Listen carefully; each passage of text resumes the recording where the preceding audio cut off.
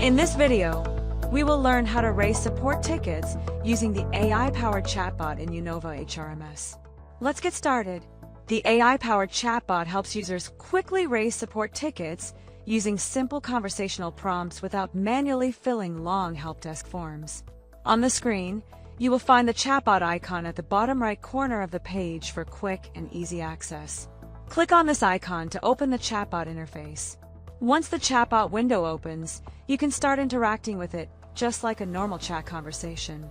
Now type your issue in a natural way. For example, you can type, "Raise a ticket for an issue in viewing payslip." The chatbot will understand your request and automatically prepare a ticket draft based on the information you provided. Once the draft is generated, it will be displayed inside the chatbot window for your review. Carefully verify the details, and if everything looks correct, simply click on the Confirm button. Based on the type of issue raised, the system can also automatically assign the ticket to the appropriate department or support team. You can also ask the chatbot to route or redirect the ticket to a specific department or support team if required. This makes ticket creation faster, smarter, and easier for employees while improving support management efficiency. That's it.